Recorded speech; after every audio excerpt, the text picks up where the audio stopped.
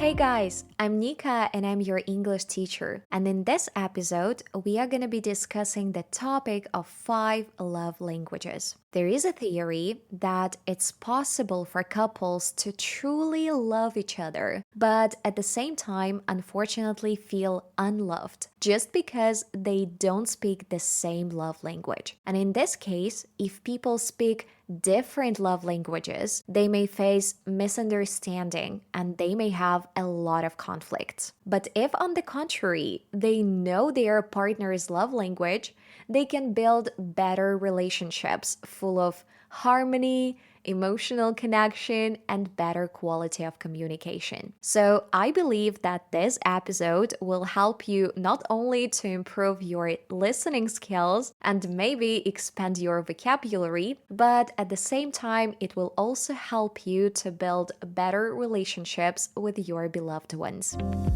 The first love language is called words of affirmation. So, if your partner speaks this love language, he or she wants to hear sincere compliments or encouraging words or even words of appreciation each and every single day. So, even shortest and simplest phrases can make them feel happy. So, for example, that dress looks incredible on you. You always make me laugh. I love your hair today. You mean the world to me. I appreciate everything you do. Thank you for your hard work. You are really talented. If your loved one speaks this language, you can send your partner during the day cute text messages or leave love notes in unexpected places. And if you do so, trust me, that person will feel on cloud nine, feel that you value him and think about him. On the other hand, avoid using insults or criticism or, those rude and demanding words because they may break that person's heart and may hurt his feelings. Language number 2 is called quality time. So people who speak this love language, they feel most loved when they have undivided, full attention from their partner. It's not when you sit next to your partner on the sofa and both of you just look at the screens of the phones. No, actually, it's not called quality time. It's called fake time or just pretending that you're having quality time. People who have this love language, they value uninterrupted moments together. When nothing and no one interrupts you. When you have no distractions, no phones, no TV, no calls from relatives or friends or colleagues, but at the same time, you are actively listening to that person when you are next to him while looking into his eyes. If your partner's primary love language is quality time, so you may plan activities that allow you to spend time with each other. So it might be a romantic date without any distractions. I will repeat it again. So you may go to a restaurant, to a cafe, or even prepare a picnic in the park. You may also engage in activities that your partner enjoys doing. So, for example, going for a walk together, cycling, rollerblading, or even playing board games together while staying at home. The things that you should definitely avoid doing are multitasking or constantly checking your phone when you are spending time with your partner, because this can make them feel neglected and unimportant.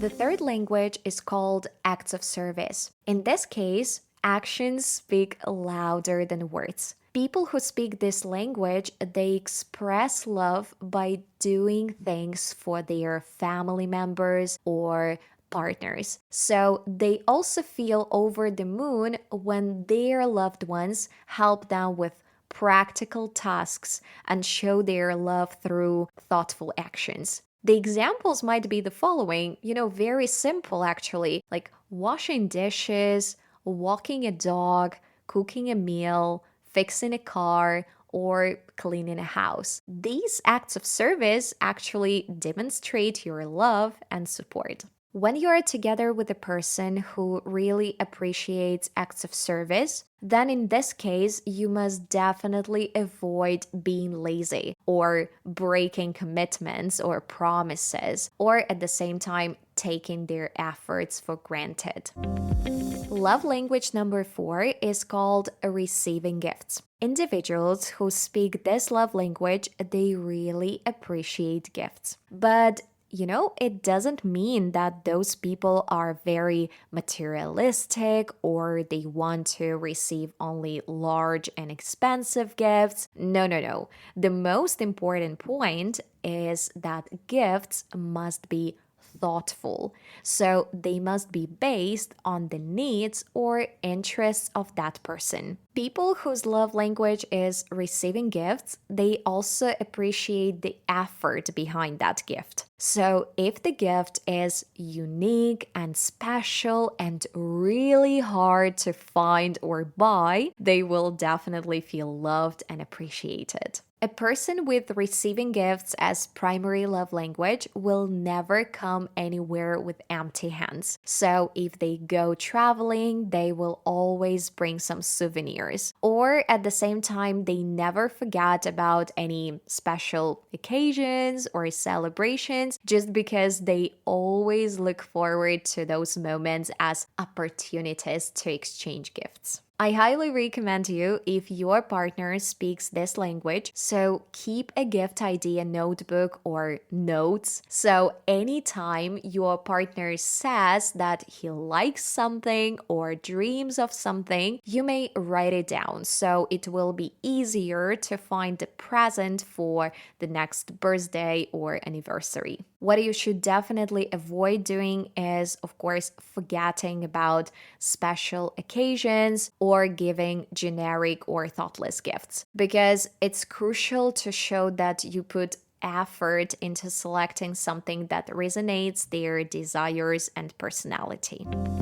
And the last language is called physical touch. So if your partner's primary love language is physical touch, they may express their love through hugs, kisses, holding hands, or any other forms of physical connections. I would say that these people are very touchy, so they feel loved when their partners hold their hands, touch their arm, or give them a massage at the end of the day, for example. If I imagine a perfect date for a person with this love language, it might be, like cuddling on the couch with a glass of wine and a good movie. So it's not actually important what they're gonna be doing, but it's important and essential for them just to be close to their partner and to feel their partner physically. What you should definitely avoid doing is to refuse having physical contact. For example, saying,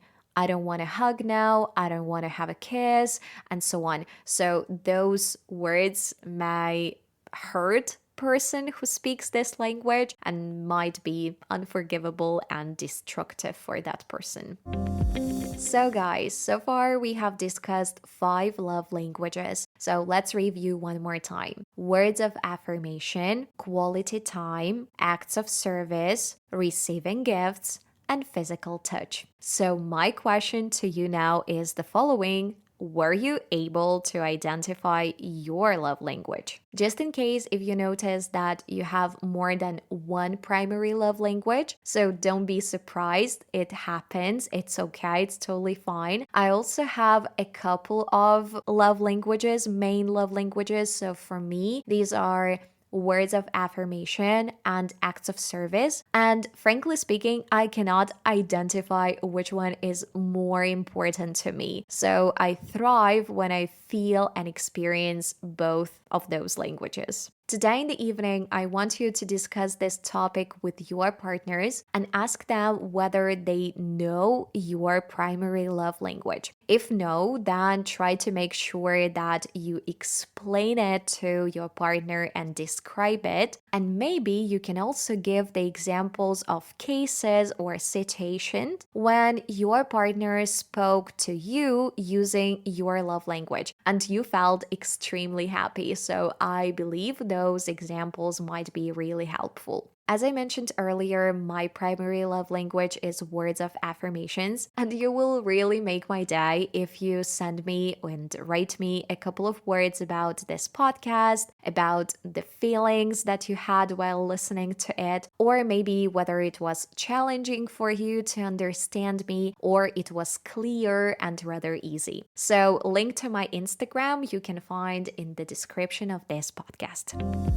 The last thing which I wanted to say today is thank you so much, guys, for listening to me, for staying with me. I really appreciate your time, and I wish you a great day and looking forward to talking to you next time. So have a great one and keep in touch. Bye bye.